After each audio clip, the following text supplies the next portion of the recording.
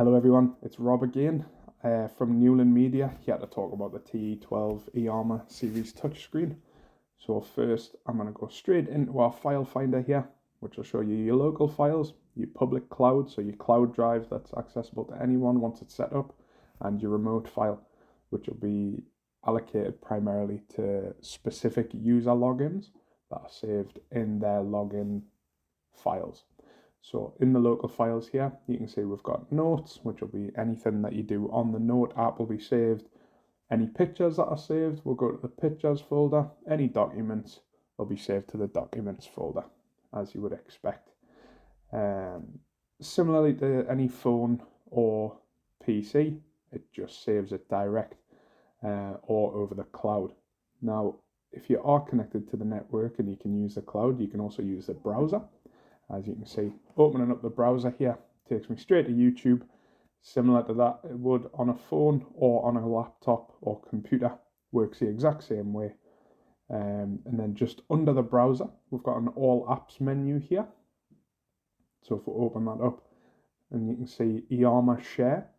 So this number is the same as the number at the top of the screen. You might have seen and wondered what it was. It just allows wireless presentation between a laptop, a mobile device, provided they're on the same network. It lets you cast to the screen from the device or from the screen to the device. So it works both ways. And if we go back in here, I'll show you the cleaning app. So this will clear your cloud drive account. So it'll log you out of that account. It'll wipe any local files from the note that are stored in the Finder and clear any browser history content. So anything that's in the browser that's been looked up will get removed. It works great in hot desk or hot room situations within businesses where multiple people are going to be using the screen. If that is the case, then you want to go back into all apps and into settings here where you've got your wireless and network settings. So you can use Bluetooth VPN, allowing it to be shared on the network. Under that, we've got the personal section, so you can change things like your wallpapers, your screensavers, and depending on even which pen type you have, you can change that in here too. Under the personal section, we've got the input and output section, where you can name your various inputs depending on what they are, just to keep things simpler. When you swipe up and check your sources, you can have them named exactly what they are. And under this is the application settings menu, where we can go into our applications and decide what permissions they have, what storage they have, what storage they take up, whether we want them to be force stopped or disabled completely.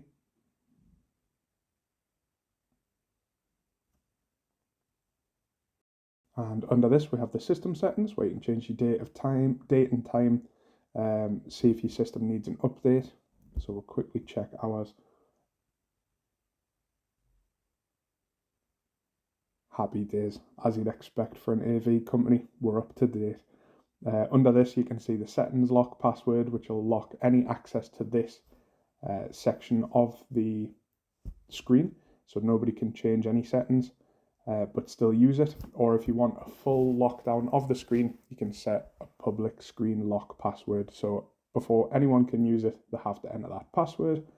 And here we'll have the startup and shutdown menu, which will remind you whether you need to turn it off. If you've got any on-off timers, it'll let you know that it's going to go off.